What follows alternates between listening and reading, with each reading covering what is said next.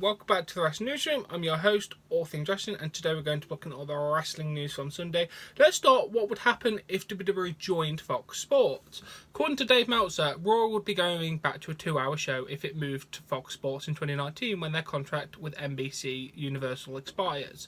It has been noted that USA Network is the reason why Raw is still 3 hours, despite the fans and the people within the company not liking the 3-hour format. But we do have, when asked about by SportingNews.com about the rumours of WWE program possibly moving to Fox Network in 2019, WWE spokeswoman Annie Kruger declined the comment, but did state that the company plans to make an announcement about its future in TV partnership between May and September of this year. WWE's contract with NBC Universal officially expires September 30th, 2019. So we'll know by September this year what's going to happen next year. Cannot wait to see what happens. And then we go to a non-surprising story. Sonny has been arrested again. If you remember last year, she had a lot of legal troubles and it's starting again. According to TMZ, she had 2 separate DUI incidents this year prior to her arrest earlier this week. The first one was in New Jersey on January the 23rd around 8:53 p.m. And the second was when she was involved in a car accident February 2nd. She allegedly fled the scene and was later tracked down and cited for a DUI, as well as leaving the scene of an accident. That would be her 5th DUI. So yeah, she has now been arrested in Aberdeen Township February 27th for contempt, disobedience, resistance, and a fugitive of justice in Pennsylvania. Her bond has been listed at $6,000, which breaks down to $5,000 fine for failing to appear in Aberdeen Township and another $1,000 for failing to appear in New Jersey Township.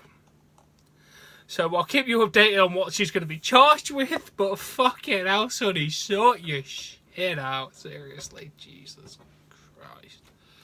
Then we go to former WWE star Darren Young praises CM Punk about supporting him when he came out as being gay.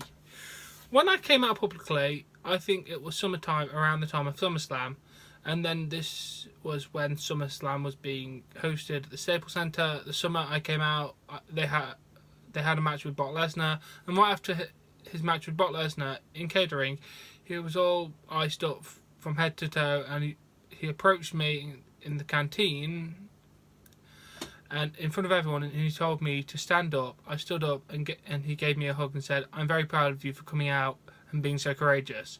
If you have any problems with anyone in the locker room because of this, you will let me know and I will take care of this." He said this in front of me of everybody in catering. I was shocked. He had just finished his match with Brock Lesnar, and he's coming up to me and showing me love. Showing me love was very moving to me. Damn, CM Punk being an absolute legend there. Now that is the appropriate good response when someone does a life-changing reveal like being gay. We can only just learn from that respectful incident with CM Punk. Absolutely amazing. And then we move on to Rey Mysterio no longer being advertised for a Crash event in WrestleCon, which takes place April 6th during WrestleMania weekend. This has fueled speculation that he'll be part of WrestleMania.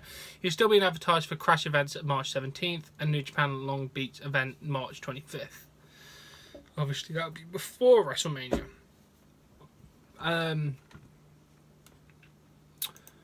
But unfortunately, I do have some bad news to report. According to Dave Meltzer, Rey Mysterio has possibly suffered a left bicep injury during an event in Northeast Wrestling on Friday night.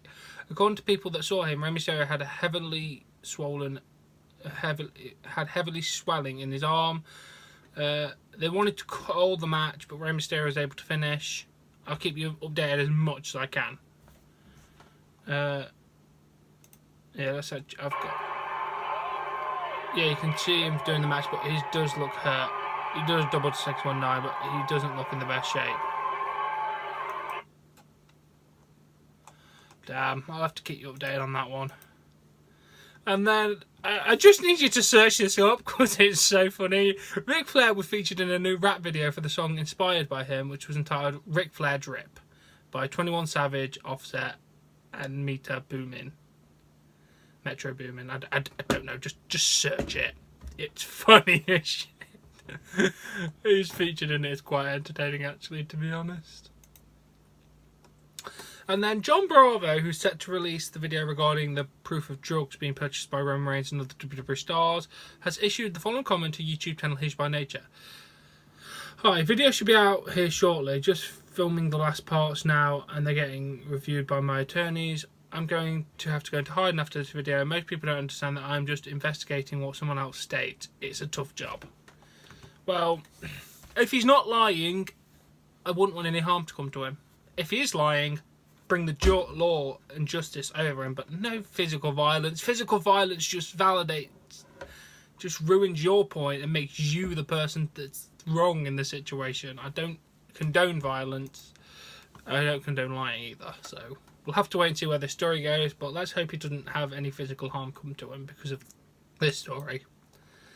And then, according to a message WWE sent to fans that have purchased WrestleMania 34 travel packages, several items have been banned from this week's event. Beach balls, balloons, tablets and iPads. Tablets and iPads? Weird. I don't know why tablets and iPads are banned. I get beach balls and that, but weird. Yeah, I get beach balls because they're cracking down and not wanting them, hopefully. But that means we can't have it at Beach Ball Mania. Oh well. That's fine. And then WWE has reportedly offered developmental contracts to indie stars Keith Lee and Walter. Walter denies his report, said nobody's offered anything not true. And then someone from the Wrestling Observer says WWE offers deals to Keith Lee and Walter to start in May. Dave Meltzer thinks Lee will take it as he's not taken dates, and he thinks Walter won't leave his job running the WXW Academy. So yeah, we'll have to wait and see where this goes. But if they've got these indie talents, that's great. They're definitely purging the indies, aren't they? And then we go to Sami Callihan is getting backlash over his injuring of Eddie Edwards. Jim Cornette had this to say: "Okay, I just saw this for the first time. Eddie Edwards should have beat the shit out of the stupid fuck. He set up, he set it up shoddily, was careless with his shitty swing, and they shouldn't have been doing this to begin with. Who the fuck trained Sami Calhoun? The fucking hot. I'm fucking hot," he said. And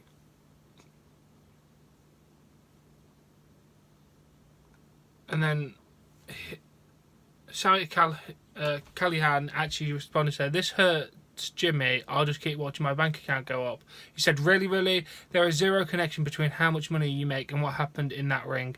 You should have been embarrassed, ashamed." And then he responded as well, "You need to have a microscope, Sammy, when untrained garbage wrestlers injure trained talents clumsily. Most careless thing I've seen in years. You should have been fired. This is what happens when a company can't afford real talent. Also, fuck you."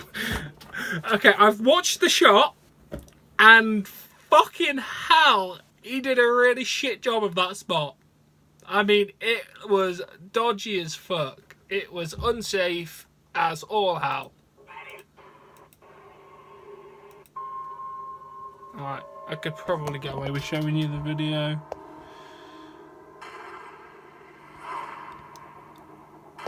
As you can see, dodgy as fuck.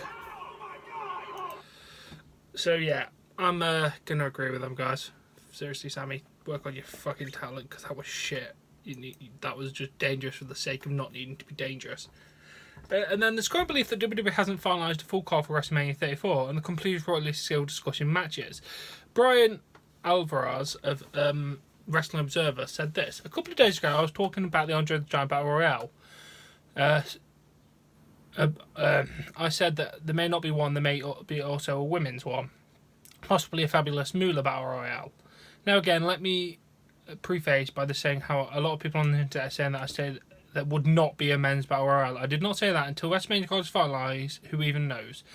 But they have now been discussing a men's and a women's at WrestleMania. So I guess one could be on the pre-show, one could be on the main show. This main show is going to be 6 hours. We've got a lot of multi-person matches. The gimmick is to get as many people on the WrestleMania card as possible. So yeah, they're probably going to have a men's and a women's. Men's on the pre-show just to be gender neutral, I guess. I don't really see them sticking it on the pre-show. Even though it would, I remember the Women's Royal Rumble. It was alright, but some of the women aren't the greatest, are they? We'll have to wait and see on the WrestleMania card. I can't wait to see what they're going to do. And then Kane returned to WWE action in a losing effort to Braun Strowman on the Friday Night Live event. And then last night he faced Brock Lesnar in the Saturday Night Live event in Chicago and beat him in 35 seconds.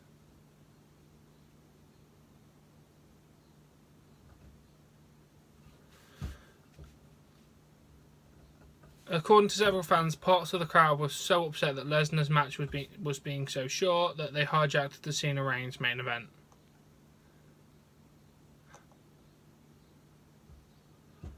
Chants of both, you both feel this is boring, Rusev Day, and of course the sheep chanting of CM Punk. Oh, why would you do? You just made I don't even know. Let's just move on.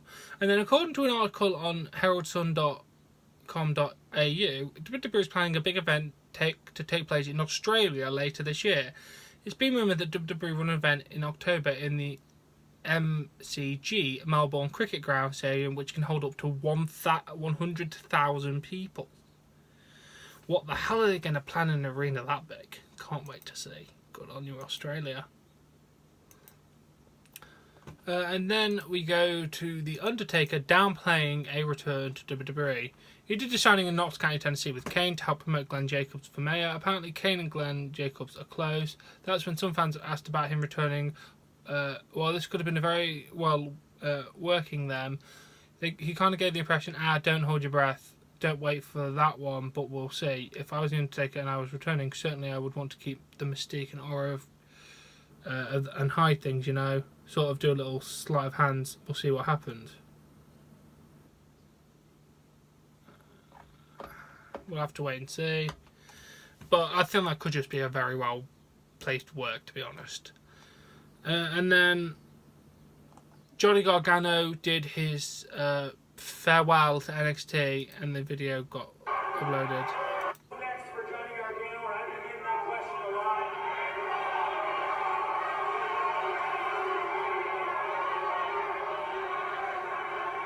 And to be perfectly honest with you guys, I don't know what's next.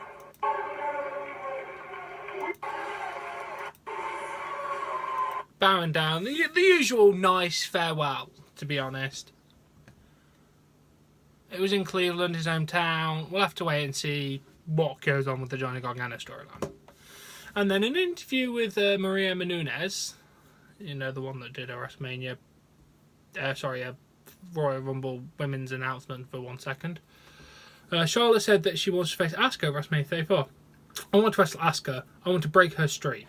We've never faced each other, never been in a multi-women's match. I feel her coming from Japan and having her own legacy and coming from a completely different culture and then my background, I think we'll definitely have a WrestleMania moment. So that's who I would like to face. Yes, please. I really, really want to see that match. It's going to be great if it happens. Come on, WWE, give us what we want. And that's been the Wrestling Newsroom. I've managed to catch up on everything from the last couple of days, thank God. Now, thank you for watching the Wrestling Newsroom. I do hope you've enjoyed this. If you have, please give this video a like. Please support me on Patreon. I'll link in the description below. Subscribe to more content, and I'll catch you later. Bye.